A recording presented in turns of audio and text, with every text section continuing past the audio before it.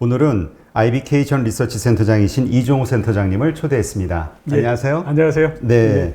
지금 이렇게 뵐 때마다 뭔가 큰 사건이 터지는데요. 네. 이번에도 또 코로나19 그 백신이 뭐 90%의 뭐 성공률을 보이고 있다 뭐 이러면서 크게 화제가 되고 있는데 이러면서 또 전 세계 그 금융시장이 막 흔들리는 것 같아요. 예, 일단 이 상황 어떻게 보시나요? 일단 코로나19 백신이 어느 시점엔가 나올 거라고 대부분들 기대를 했지 않습니까? 그러니까 이제 그리고 그 중간중간에 보면 여러 번 걸쳐서 얘기도 있었죠. 영국의 아스트라제네카 얘기도 있었었고, 그 다음에 치료제 관련해서 모더나 얘기도 있었고, 뭐 이랬기 때문에 중간중간에 아무튼 어느 정도 희석을 시켰었는데, 이번 같은 경우에 의외로 참 굉장히 큰 반응을 불러일으켰다. 이렇게 이제 볼 수가 있어요. 그래서 왜 이렇게 큰 반응이 왔을까라고 한번 따져보면, 제가 봤을 때는 한 두 가지 정도로서 우선 추릴 수 있지 않나라는 생각이 들어요. 가장 큰 부분들은 뭐냐면 주가가 그 당시에 좋았다라고 하는 거를 이제 들 수 있겠죠. 그 미국의 대선이 지난주 화요일 이때 있었는데 그 전주에 금요일 정도서부터 시장이 움직이기 시작해서 이 대선을 전후해서 주가가 굉장히 크게 움직였거든요. 그러니까 과거 같은 경우에 보면 미국 대선이 그렇게 무슨 뭐 시장에서 큰 이슈가 되거나 이런 부분들이 없었는데 이번 같은 경우는 굉장히 특이하게 10% 정도 주가를 끌어올리는 역할을 하지 않았습니까? 그리고 거의 그 꿈 무렵에 이제 이 백신이 이제 재료가 터졌기 때문에 시장이 굉장히 좋은 상태다 보니까 조그만 재료도 굉장히 크게 그 시장에 영향을 미칠 수밖에 없는 거죠. 그래서 이제 이게 하나 이제 크게 역할을 했다라고 볼 수가 있고, 두 번째는 보면 이제 확진자 이 부분들인데요.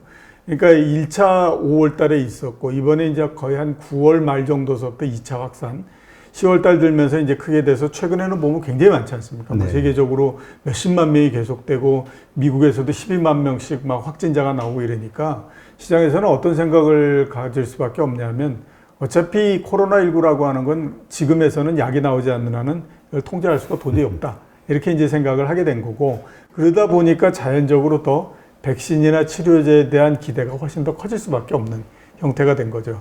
그런 상태에서 이제 그 백신 뭐 이렇게 하니까 백신 개발 이꼬로 코로나19의 종식이다. 이렇게 이제 사람들이 생각할 수밖에 없게 된 거고, 그러니까 이제 그에 따라서 굉장히 큰 반응을 일으키면서 주가를 끌어올리는 그런 형태가 됐다. 이렇게 이제 볼 수 있겠죠. 네. 그러면 이제 정말 많은 사람들이 기대하는 것처럼 이게 백신이 뭐 이제 뭐 개발 거의 성공한 것처럼 이제 우리가 받아들이긴 하고 있지만 막상 출시가 되고 뭐 그래서 뭐 맞는 상황들이 됐을 때 정말 이게 그 뭐라 그럴까 상황을 확 좋아지게 만들 만한 게임 체인저의 역할을 할 만한 그런 파워가 있느냐 이렇게 의문을 갖는 분들도 있거든요. 그렇죠. 일단 그거는 이제 뭐 여러 가지 부분들에서 의문이 생길 텐데, 약이라고 하는 것이 갖고 있는 기본적인 한계 부분 때문에 거기에 대해서 의심하는 사람들도 있을 거고, 또 다른 부분들, 그러니까 뭐 과연 그게 경제적으로 정말 얼마나 이렇게 경제 상황을 바꿔놓을 수 있을 것이니까 하는 거에 대한 또 의문도 있고 뭐 이렇기 때문에 양쪽에서 아마 제기되는 형태가 아닐까라는 생각이 들어요. 그래서 이제 약과 관련해서 우리가 한번 보면 이제 90% 얘기하지만 그게 이제 사실이야? 뭐 이렇게 이제 계속 그 의문을 제기할 수 있는 상황이죠. 왜냐하면 우리 흔히 많이 맞는 독감 백신이라고 하는 것이 대략 40 내지 50% 정도의 그 효능만을 보이는 거거든요. 근데 이게 갑자기 90% 이러니까 이런 과연 슈퍼의 그 약이 나올 수 있나? 라고 하는 이제 생각을 가질 수밖에 없고, 그 다음에 이제 그 화이자 코로나 백신 얘기 나오면서 근데 그거를 쓰려고 했더니 무슨 뭐 40도에 냉장 보관을 해야 되고 어쩌고 뭐 이러니까 과연 그러면 그게 그렇게 진짜 효용성이 있고 이렇게 할 수 있나? 이런 이제 의문이 제기되기 때문인데, 뭐 그런 부분들은 우리가 다 인정하고 넘어가야지. 그걸 하나하나 다 이렇게 따져서 그게 된다 안 된다라고 얘기하는 것 자체는 크게 의미 있는 거는 아니니까요. 일단 약에 대해서는 커다란 무리가 없다라고 생각하고 넘어가야 되지 않나 싶습니다. 근데 이제 그 부분들이 과연 이제 경제를 바꿔놓고 전체적으로 이제 체인지를 다 만들어가는 그런 형태가 될 건가 하는 것들을 한번 생각해 보면 거기에는 조금 좀 못 미치지 않을까라는 생각이 좀 들어요. 미국 대선이 끝나고 코로나 바이러스 이 백신이 나왔다라는 얘기를 하면서 미국에 있는 여러 증권회사 이런 데서 이제 전망치를 쭉 바꿔가는데, 골드만삭스 같은 경우의 얘기를 들어보면 내년도에 미국 경제가 3.5% 정도 성장할 거다, 이런 얘기를 합니다.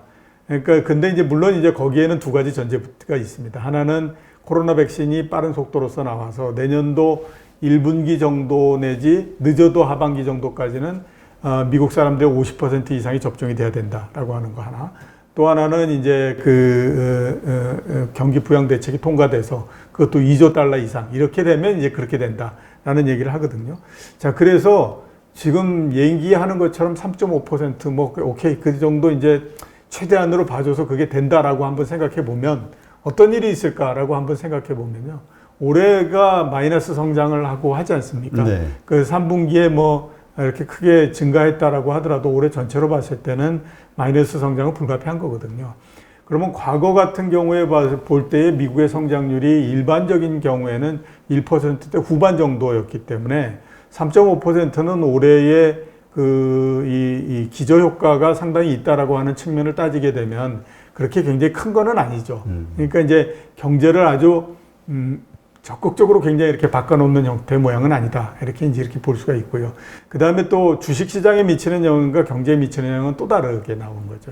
경제에 미치는 영향 자체는 앞에서 말씀드렸던 것처럼 그래도 어느 정도 나올 수 있죠. 근데 주식시장에 미치는 영향은 경제에 미치는 영향보다도 오히려 더 작아질 수가 있다라고 봐야 되죠. 무엇보다도 주가 자체가 굉장히 높아졌잖아요. 그러니까 경제는 올해 것만을 보면 일단 마이너스 이렇게 돼 있는데 주식시장은 보면 사상 최고치이지 않습니까? 그러니까 이 사상 최고치가 들어간 거는 이게 내년도에 경기가 어느 정도 회복이 돼서 좀 올라가고 이러는 거에 대한 그 반응을 이렇게 여기에다가 희석시키지 않았다라고 볼 수는 없는 거거든요. 그러니까 그런 면도 있고, 그 다음에 또 시장에서는 앞에서 말씀드렸던 것처럼 여러 번에 걸쳐서 백신이라고 하는 거를 가지고 얘기를 했었잖아요.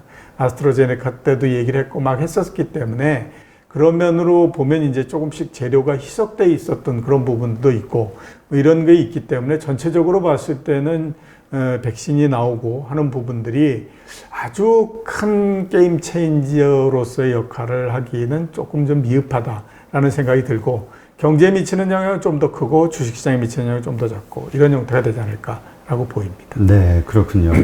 자, 이제까지 증시가 계속 올라오는 하나의 그 상승 요인 중에 하나가 예. 이 어렵지만 곧 백신이나 치료제가 나오면 좋아질 거야라는 기대감이 선반영된 것이다. 예. 이런 얘기도 있었잖아요. 예, 그렇죠. 근데 이제 막상 현실화가 됐으니까. 예. 그런데 이러한 상황이 벌어지면서 또 나오는 뉴스를 보면 뭐 전 세계적으로 뭐 2조 달러 이상의 손바뀜이 일어났다. 예. 예, 기술주를 팔고 뭐 이게 다른 쪽으로 자금이 이동했다 이런 뉴스도 있더라고요. 예. 그렇죠. 최근에도 보면 그렇지 않습니까? 백신 나왔다라고 했을 때 그날 이제 유럽 주식 시장이 열리는 중간에 그 얘기가 나왔거든요. 네. 갑자기 그 소식이 전해지면서 유럽 시장이 5% 정도로 한꺼번에 뛰는 형태가 나왔었어요. 네. 그러니까 굉장히 거기에 대해서는 반응이 이제 많이 나왔던 거고, 대신에 그 순간서부터 아무튼 미국의 나스닥 주가는 선물이 계속해서 떨어지기 시작하더니 결국 그날 주가가 보면 한 1.8% 정도 하락하고 이런 형태로서 끝나버렸지 않습니까? 네. 그러니까 이제 그게 전체적으로 보면 아마 이제 그 기술주가 얼마 전까지 코로나19가 발생을 하고 한 이래로 언택트 주식이다라고 해서 계속 그쪽으로 분류가 되다 보니까 이제 백신이 나와서 이게 사라진다라고 하게 되면 언택트가 굉장히 약해지기 때문에, 그래서 이제 이런 그 손바뀜이 나오면서 상대적으로 이제 반대쪽이 계속해서 올라가고 이러는 형태가 됐고, 그리고 이제 이런 것들이 계속되지 않겠느냐라고 하는 기대로 이제 계속되는 거죠. 네. 물론 이제 그 기술주가 약화되고 이런 것들이 그것만의 요인들은 또 아닙니다. 물론 이제 다른 부분들의 영향도 좀 있다라고 봐야 되죠. 그 민주당이 그 대통령이 되면서 많이 아마 얘기들 하셨을 텐데 반독점법 네. 이런 것들이 정말 이게 통과되는 거 아니냐라고 하는 그 우려도 상당히 있었고, 뭐 이런 것들이 이제 종합적으로 그 반영이 됐다 이렇게 이제 볼 수가 있는 거죠. 자, 근데 문제는 뭐냐면 그러면 이런 상황이 계속해서 진행이 돼가지고 시장은 이제 성장주는 몰락을 하고 그 다음에 가치주로 넘어가서 가치주가 계속해서 상승을 해가면서 시장을 전체적으로 끌고 가고 이런 형태로서 이제 계속 진행이 될 거냐 하는 부분들을 우리가 이제 생각해 봐야 되잖아요. 근데 주가가 한 4월 달 뭐 이때처럼 정말 언택트 주식들은 굉장히 많이 올라가고 그 다음에 컨택트 주식들은 계속 주가가 빠져서 둘 사이의 격차가 굉장히 커졌다라고 하게 되면 그게 이제 어느 정도는 타당성 있는 얘기로서 계속 될 텐데 시간이 지나면서 그런 부분들이 상당히 많이 수정이 됐죠. 그래서 나스닥도 주가가 굉장히 많이 올라갔지만 미국 기준으로 보면은 그 다우지수 같은 것도 상당히 주가가 많이 상승을 했거든요. 그렇기 때문에 이게 지금은 보면 이제 절대적인 우위를 갖는다 이렇게 볼 수는 없습니다. 네. 대신에 이번 같은 경우에는 이제 그 백신이 나오면서 여태까지 우리가 한 7, 8개월 동안에 그 생각해 왔던 시장에 대한 그림, 이 그림이 이제 갑자기 바뀔지 모른다라고 했기 때문에 일시적으로 그런 영향을 받아서 이렇게 된 거지. 그게 이제 계속 이렇게 될 거다라고 해서 사람들이 가는 건 아니거든요. 네. 그래서 만약에 이제 가치주 쪽으로 돌아간다라고 하게 되면 그 우리나라 기준으로 한번 그 봤을 때에 무슨 뭐 삼성전자라든가 현대차라든가 뭐 이런 주식들로서 가는 건 아닙니다. 그거는 워낙 이제 주가가 어느 정도는 이미 된 상태이기 때문에 더 이상 가기는 그렇게 쉽지는 않고요. 그 대신에 이제 최근에 많이 이 곽강을 받는 주식 보면 조선주, 해운주, 무슨 철강 이런 거지 않습니까? 네. 그 다음에 이제 항공 뭐 이러면서 불과 한 3, 4개월 전까지만 하더라도 이게 뭐 앞으로 올라갈 수 있겠어? 뭐 이랬던 주식들이 이제 계속 올라가잖아요. 그러니까 지금은 보면 그 시장을 가치주와 그 다음에 성장주 이렇게 양분을 하는 것보다 그 주가가 이 코로나19로 인해서 이런저런 타격을 받아가지고 직접적인 타격이나 이런 걸 받아서 주가가 못 올라갔던 주식들을 이제 끌어올리는 형태로서 가는 거죠. 그러니까 이거는 정확하게 봤을 때 과연 이게 가치주의 형태일까라고 하는 생각은 좀 들고 그거보다는 아무튼 업황의 타격을 많이 받아서 주가가 굉장히 많이 빠졌던 주식들을 이제 끌어올리는 그런 형태로서 지금 진행이 되고 있다라고 봐야 될 것 같고 아마 이런 형태는 좀 더 진행이 될 걸로 보이고요. 그래서 이제 조선주 이런 것들도 어느 정도 올라가서 이것도 이제 가격의 부담이 좀 많이 생겼다라고 하면 그때 다시 아마 이제 성장주 쪽으로 돌아가는데 그때는 이제 성장주를 가지고 가는 논리 자체가 이번에 뭐 3월 달서부터 언제 이렇게 간 것처럼 코로나19가 있기 때문에 이게 언택트 뭐 이런 것들이 아니라 이 주식들은 원래서부터 성장성이 굉장히 높기 때문에 이제 봐라 모든 주식들의 가격이 어느 정도는 됐기 때문에 그냥 지금의 밸류만을 가지고 계속 주가가 올라갈 수 있는 건 아니지 않냐. 그러면 앞으로 할 수 있는 거는 앞으로 얼마만큼 더 이익이 많이 증가해 가면서 빠른 속도로서 이게 기업들이 바뀔 수 있는지 그걸 보여주는 걸로서 이제 다시 또 그 성장주들의 핵심적인 생각이 좀 재포장이 되면서 그런 형태로서 움직일 가능성이 높다. 이렇게 이제 봐야 되겠죠. 네. 그러면 어쨌든 지금 그 기술주들이 이제 좀 무너지면서 예. 그 이제 무슨 이제까지 소외받았던 쪽으로 자금이 움직이는 것은 하나의 그 일시적인 그런 현상으로 봐야 되겠네요. 예, 그렇죠. 일시적인 현상으로 봐야 되고 지금 주가 상승이 뭐 짧게 보게 되면 지난 3월 달에 팬데믹에서 주가가 크게 떨어지고 난 다음에 올라가는 그거에 그걸 시점으로 했다라고 볼 수도 있고 좀 더 우리가 넓게 보면 작년도 중반 정도서부터 주가가 쭉 이렇게 오르고 있었잖아요. 그 중간에 한 번 정도 맞고 이렇게 했었는데 작년도 중반 정도서부터 주가가 쭉 올라갈 때 전체적인 형태는 역시 우리가 그때도 계속 얘기했지만 뭐 이런 얘기 했었잖아요. 그러니까 그때 그 코로나19나 이런 게 없을 때에도 그런 것들이 핵심이었다라고 하는 거죠. 성장주의 그였고 그다음에 그게 전체적인 미국 시장을 끌고 왔고 그에 따라서 우리나라도 영향을 받아가면서 비슷한 부류로서 계속 움직이고 이런 형태로서 왔다라고 봐야 되는 거거든요. 그러니까 이게 그 시장이 한번 이렇게 만들어져서 이 주도주가 굳어지는 형태가 되면 그 시장이 끝날 때까지는 그걸로 계속 가는 거거든요. 그렇기 때문에 그 성장주로 다시 돌아오지 않는다라고 하면 시장은 이번에 이제 많이 떨어졌던 주식들을 끌어올리는 걸로 기점으로 해가지고 좀 약해질 가능성이 있는 거고, 그 계속해서 진행이 되려면 성장주 쪽으로 다시 돌아와서 그쪽으로 다시 또 가는 형태로서 간다라고 봐야 되죠. 네, 그렇군요. 그러면 지금 경기 회복과 관련해서는 이제 V자 형태의 어떤 그 경제 회복을 기대했던 분들도 있잖아요. 예. 근데 또 마침 어젠가요? 그 광군제 하면서 뭐 83조인가 뭐 매출이 올랐다고 역대 최고로 뭐 이런 얘기도 있고요. 이런 것들이 뭐 현실화되는 거라고 봐야 될까요? V자 형태의 반등은 이미 현실화됐다라고 봐야 되는 거죠. 주가가 아니라 경제, 실물 그렇죠, 경제가요. 경제. 그래서 미국 같은 경우에도 보면 그렇지 않습니까? 3분기 성장률이 거의 30% 이렇게 육박하지 않습니까? 네. 우리나라도 보면 3분기에 성장률 상당히 뭐 플러스 회복해서, 그러니까 그런 것들이 V자 형태로서의 회복이 이루어지지 않는 그림에서 그렇게 나오는 건 아니거든요. 이 때문에 정도의 차이가 있을 뿐이지 이미 V자 형태의 반등은 하고 있다라고 봐야 되는 거고요.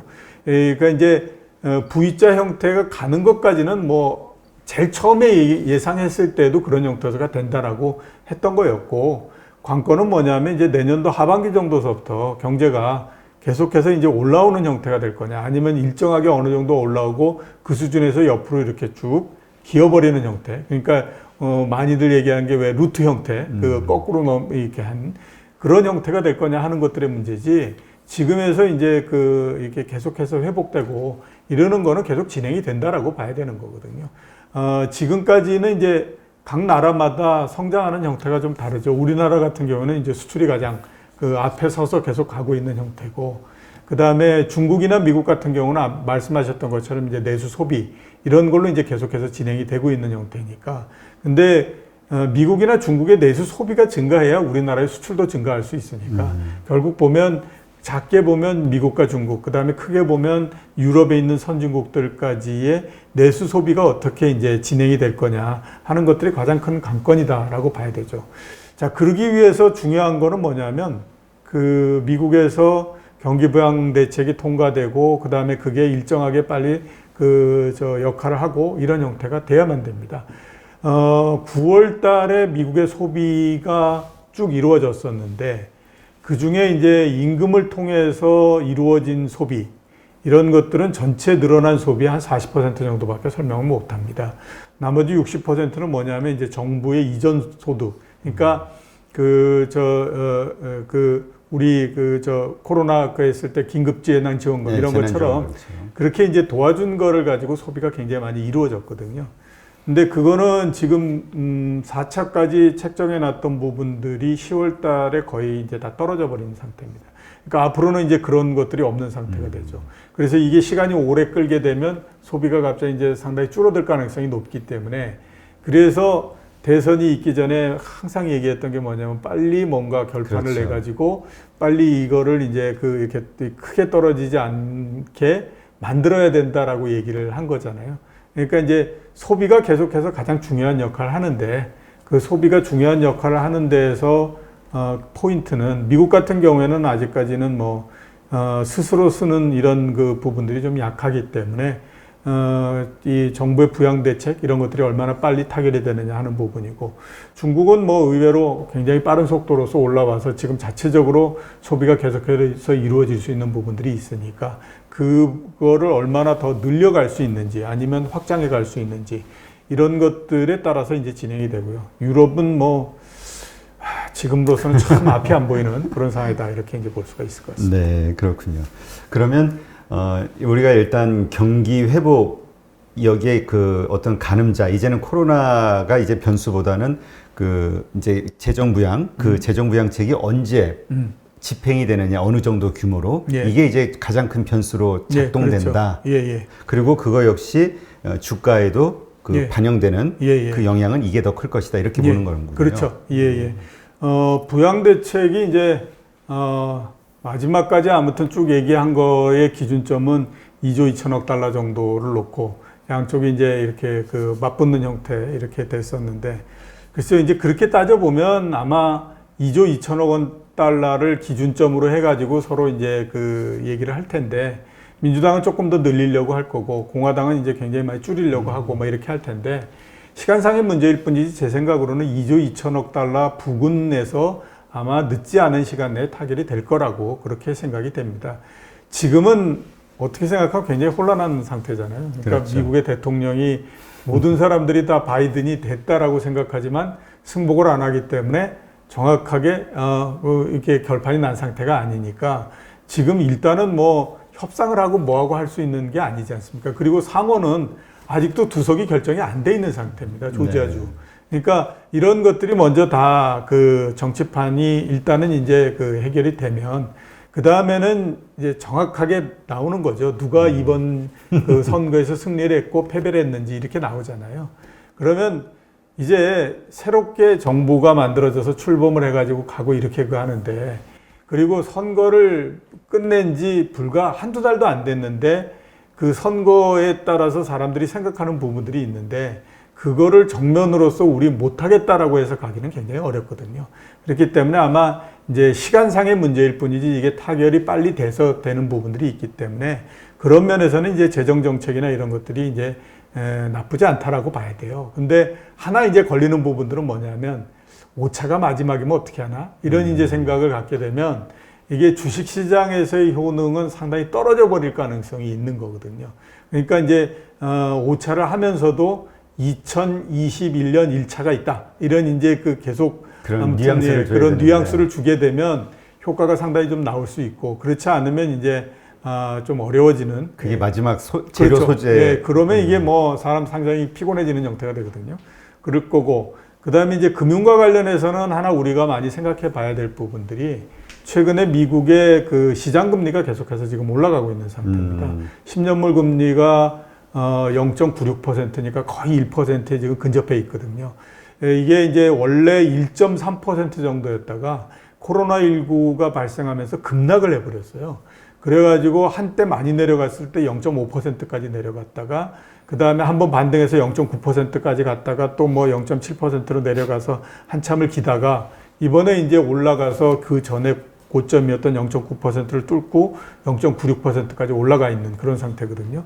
그렇게 따져보면 이제 1%를 넘어서 이렇게 된다라고 하는 거는 가능성이 있다라고 봐야 될 거고 그 다음에 또 그 원래 당초의 그 생각이 뭐였냐면 미국에서 5차 경기 부양 대책이 2조 달러 이상이 되면 10년물 국채 금리가 1%를 넘어서 올라간다라는 네. 얘기를 많이 했었거든요. 그러면 그 기세대도다라고 따져서 1%를 넘어간다라고 하면 코로나19가 있기 전에 1.3% 정도까지는 간다라고 봐야 되는 거거든요.